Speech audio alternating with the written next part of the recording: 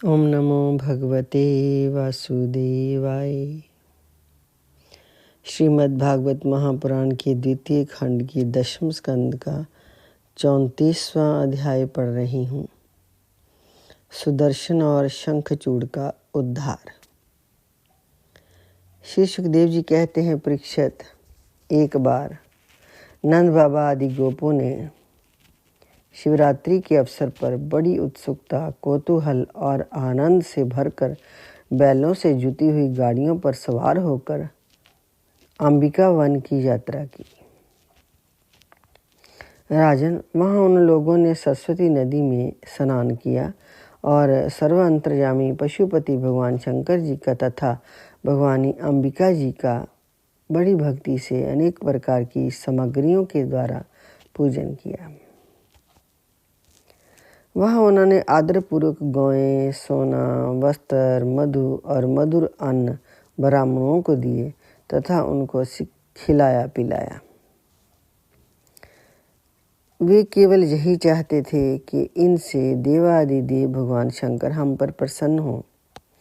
उस दिन परम भाग्यवानंद सोनंद आदि गोपों ने उपवास कर रखा था, इसलिए वे लोग केवल जल पीकर रात के समय सरस्वती नदी के तट पर ही बेख हट के सो गए।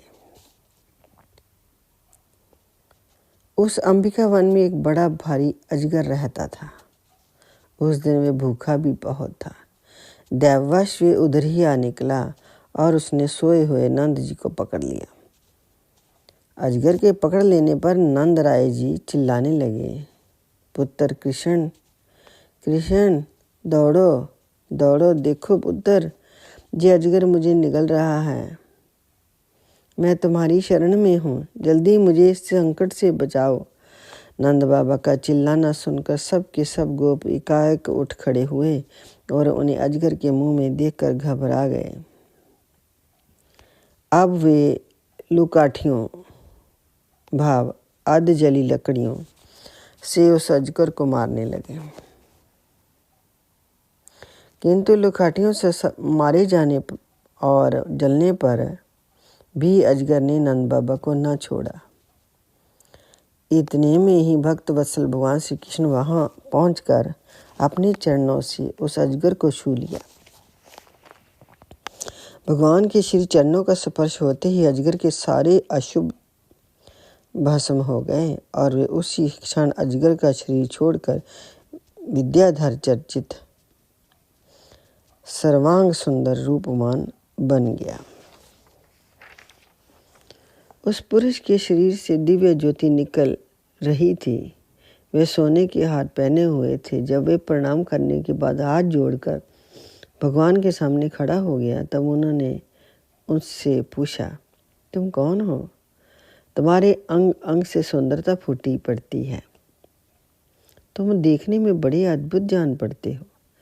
तुम्हें ये अत्यंत निंदनीय अजगर योनि क्यों प्राप्त हुई? अवश्य ही तुम्हें विवश होकर इसमें आना पड़ा होगा। अजगर के शरीर से निकला हुआ पुरुष बोला, भगवान, मैं पहले एक विद्याधर था। मेरा नाम था सुदर्शन। मेरे पास सौंदर्य तो था ही, लक्ष्मी भी बहुत थी। इससे मैं विमान पर चढ़कर जहाँ से वहाँ घूमता रहता था। एक दिन मैंने अंगिरा गोत्र के करूप ऋषियों को देखा। अपने सौंदर्य के घमंड से मैंने उनकी हंसी उड़ाई। मेरे इस अपराध से कुपित होकर उन लोगों ने मुझे अजगर योनि में जाने का शाप दिया।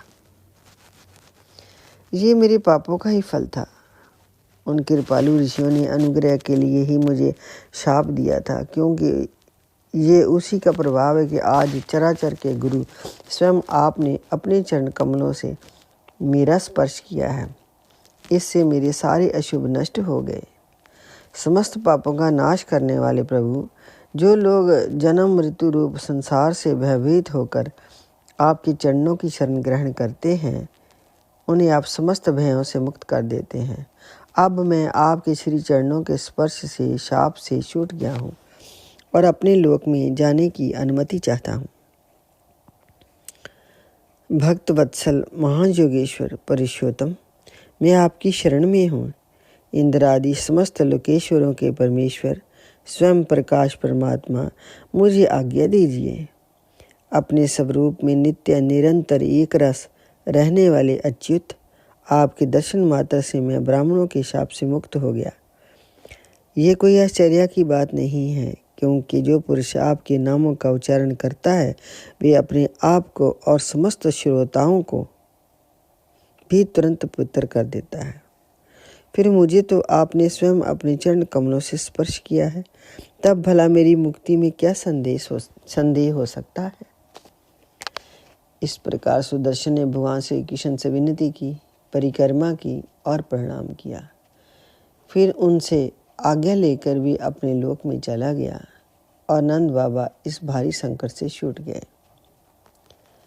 राजन, जब ब्रजवासियों ने भगवान श्री कृष्ण का यह अद्भुत प्रभाव देखा तब उन्हें बड़ा विस्मय हुआ। उन लोगों ने उस क्षेत्र में जो नियम ले रखे थे उनको पूर्ण करके वे बड़े आदर और प्रेम से श्री कृष्ण की उस लीला का गान करते हुए पुनः ब्रज में लौट आए। एक दिन की बात है, अलौकिक कर्म करने वाले भगवान श्री कृष्ण और बलराम जी रात्रि के समय वन में गोपियों के साथ विहार कर रहे थे। भगवान श्री कृष्ण निर्मल पीतांबर और बलराम जी नीलांबर धारण किए हुए थे। दोनों के गले में फूलों के सुंदर हार लटक रहे थे तथा शरीर में अंगराग सुगंधित चंदन लगा हुआ था और सुंदर सुंदर आभूषण पहने हुए थे। गोपियां बड़े प्रेम और आनंद से ललित स्वर में उन्हीं के गान कर रही थीं। अभी अभी सायंकाल हुआ था। आकाश में तारे उग आए थे और चांदनी छिटक रही थी। बेला के सुंदर गंध से मतवाले होकर भौरे इधर उधर गुनगुना रहे थे तथा जलाशय में खिली हुई कुमुदनी की सुगंध लेकर वायुमन मन चल रही थी। उस समय उनका सम्मान करते हुए भगवान श्री कृष्ण और बलराम जी ने एक ही साथ मिलकर राग आलापा। उनका राग आरोह अवरोह स्वरों के चढ़ाव उतार से बहुत ही सुंदर लग रहा था। वे जगत के समस्त प्राणियों के मन और कानों को आनंद से भर देने वाला था। उनका वे गान सुनकर गोपियां मोहित हो गईं। परीक्षित, उन्हें अपने शरीर की शुद्धि न रही और वे उस पर खिसकते हुए वस्त्रों और चोटियों से बिखरते हुए पुष्पों को संभाल सके। जिस समय बलराम और श्याम दोनों भाई इस प्रकार स्वंद विहार कर रहे थे और उन्मत्त की भांति गा रहे थे, उसी समय वहाँ शंखचूड़ नामक एक यक्ष आया। वे कबीर का अनुचर था।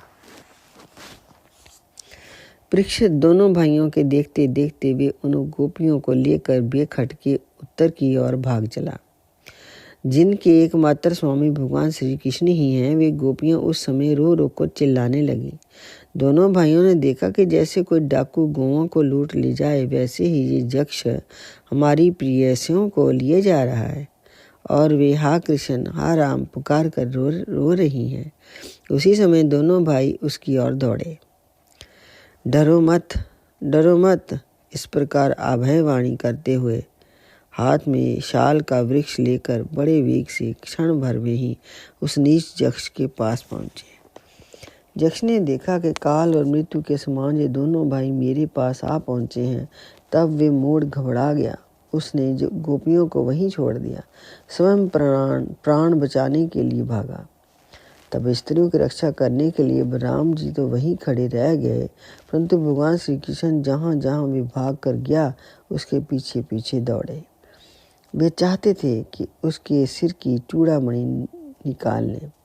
कुछ ही दूर जाने पर भगवान ने उसे पकड़ लिया और उस दुष्ट के सिर पर कसकर एक घूंसा जमाया और चूड़ामणि के साथ उसका सिर भी धड़ से अलग हो गया।